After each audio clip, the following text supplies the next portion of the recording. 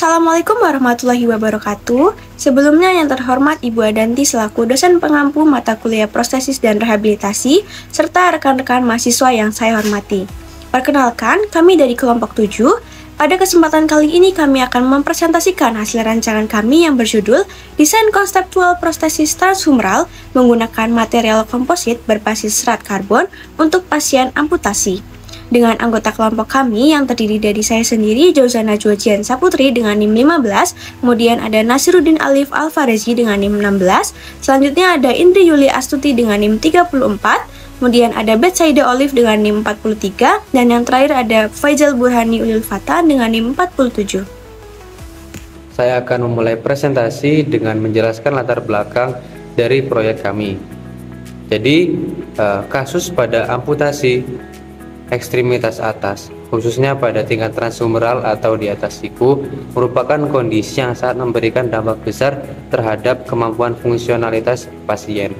Kehilangan lengan atas tidak hanya mengurangi fungsi motorik halus seperti menulis atau menggenggam, tapi juga membatasi kemampuan motorik kasar seperti mengangkat benda dan melakukan aktivitas fisik lainnya.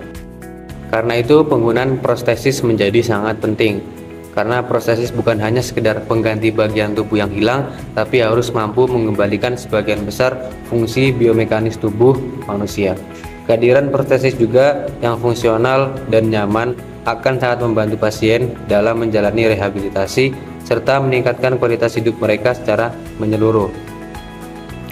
Salah satu aspek penting dalam pengembangan prostesis adalah pemilihan material. Dalam hal ini, komposit berbasis serat karbon menjadi material yang sangat menjanjikan.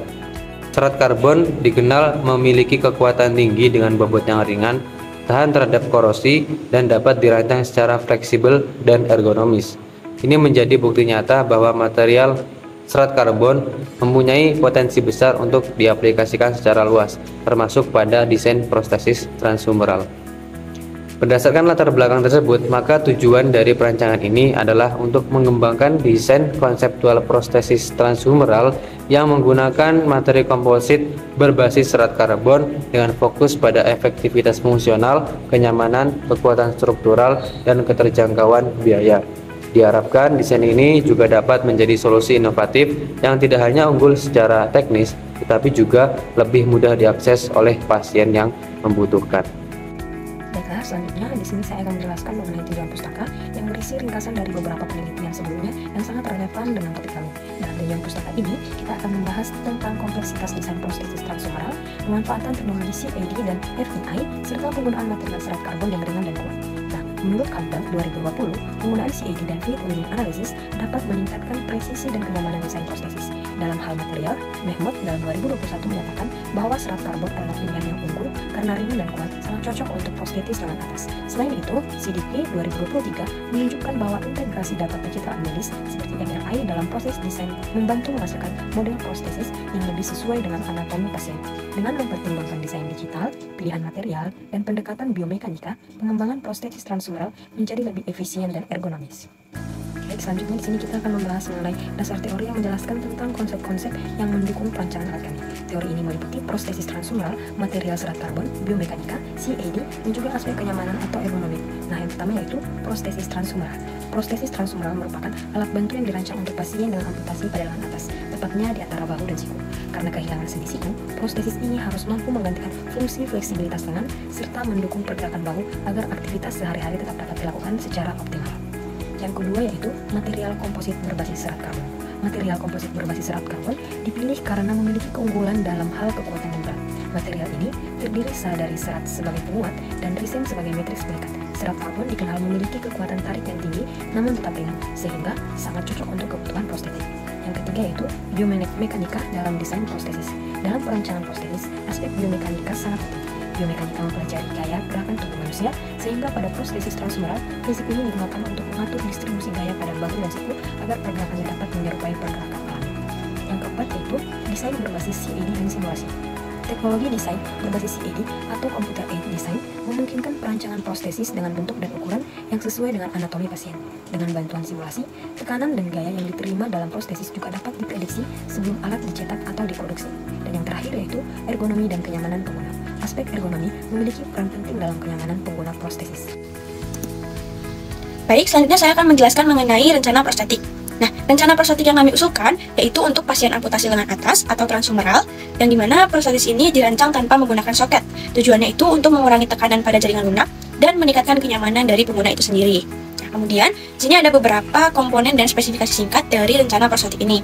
Komponen yang pertama itu ada jenis prostesis. Jadi jenis prostesis yang kami gunakan adalah transhumeral tanpa soket, yang artinya prostesis itu dihubungkan langsung ke tulangnya dengan menggunakan metode osseointegrasi, tujuannya untuk meningkatkan stabilitas. Kemudian komponen yang kedua ada jenis material. Jadi kami memilih material serat karbon komposit karena material ini tuh sangat ringan, kuat, kemudian nyaman digunakan dibandingkan dengan material lain seperti nilon ataupun plastik konvensional. Nah, untuk komponen yang ketiga mengenai teknologi utamanya. Nah, teknologi utama yang kami gunakan itu menggabungkan 3 teknologi. Yang pertama ada myoelektrik berbasis TMR. Jadi untuk kontrol ototnya, yang dimana TMR ini itu menggunakan sinyal listrik dari otot yang telah dialihkan agar pengguna bisa mengendalikan prostetiknya hanya dengan pikirannya. Kemudian teknologi yang kedua itu ada osseointegrasi atau OI, yang dimana itu digunakan untuk menggabungkan prostesis langsung ke tulang. 3, ada artificial neuromuscular prosthesis atau ANP. Tujuannya untuk meniru cara kerja neuromuskular alami dari manusia dengan mengontrol berbasis sensor dan respon yang lebih fleksibel. Kemudian yang terakhir, dari rencana prostetik ini tuh dilengkapi dengan sensor EMU untuk orientasi tubuh, kemudian ada sensor torsi untuk memantau gaya sendi, kemudian ada sistem kendali impedasi yang membuat prostesis itu bisa menyesuaikan kekakuan sendi sesuai aktivitas dari pengguna itu sendiri. Pada slide selanjutnya, di sini ada spesifikasi teknis, di mana kita memiliki 4 poin spesifikasi teknis.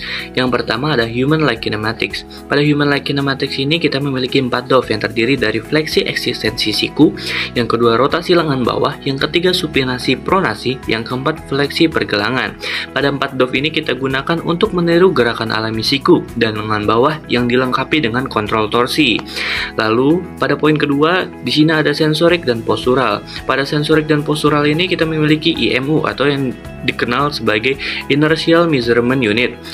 IMU ini adalah perangkat yang digunakan untuk mengukur dan melaporkan gerakan seperti kecepatan sudut dan orientasi suatu objek dalam 3 dimensi. Pada IMU ini kita gunakan untuk orientasi spesial seperti sensor posisi sendi dan sensor torsi sendi.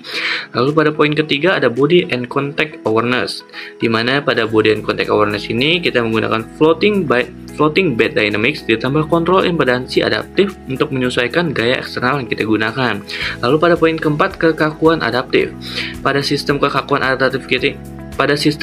adaptif kita ini digunakan sistem NNP, yang dimana sistem NNP ini kita menyesuaikan kekakuan sendi sesuai dengan aktivitas seperti berdiri, membawa, menulis, dan bergerak lainnya. Alasan rancangan prostetik yang pertama, desain ergonomis. Model yang digunakan sederhana sehingga memudahkan untuk penggunaan pada pasien. Yang kedua, menggunakan material serat karbon. Material yang digunakan dipastikan ringan dan nyaman untuk digunakan dalam jangka waktu panjang serta memiliki ketahanan yang tinggi. Kemudian, yang ketiga, menggabungkan teknologi artificial neuromuscular prosthesis, osseointegration, dan myoelektrik berbasis TMR. Menggunakan ANP sebagai kontrol neuromuskular agar gerakan tangan terlihat alami, osseointegration sebagai integrasi prostetik dengan tulang pasien, kemudian myoelektrik sebagai kontrol banyak gerakan. Oke, seperti yang sudah rekan-rekan saya sampaikan, dapat disimpulkan bahwasannya prostesis transhumeral merupakan alat bantu penting bagi pasien amputasi, di mana pada bagian lengan atas yang bertujuan mengembalikan fungsi biomekanik, mobilitas, dan kualitas hidup pengguna secara optimal. Lalu, pada material komposit berbasis serat karbon dipilih karena memiliki kekuatan tinggi, ringan, tahan korosi, dan nyaman secara biomekanik, sehingga sangat cocok digunakan untuk desain prostetik yang ergonomis dan fungsional. Lalu, pada konsep desain yang kita buat ini akan menjadi fondasi awal untuk pengembangan prostesis transhumeral pada masa depan yang lebih adaptif, cerdas, dan terjangkau, serta berpotensi menjadi solusi prostetik yang lebih manusiawi dan dapat diakses di negara yang luas dan di negara yang berkembang. Mungkin sekian yang bisa kelompok kami sampaikan, kurang lebihnya mohon maaf. Wassalamualaikum warahmatullahi wabarakatuh.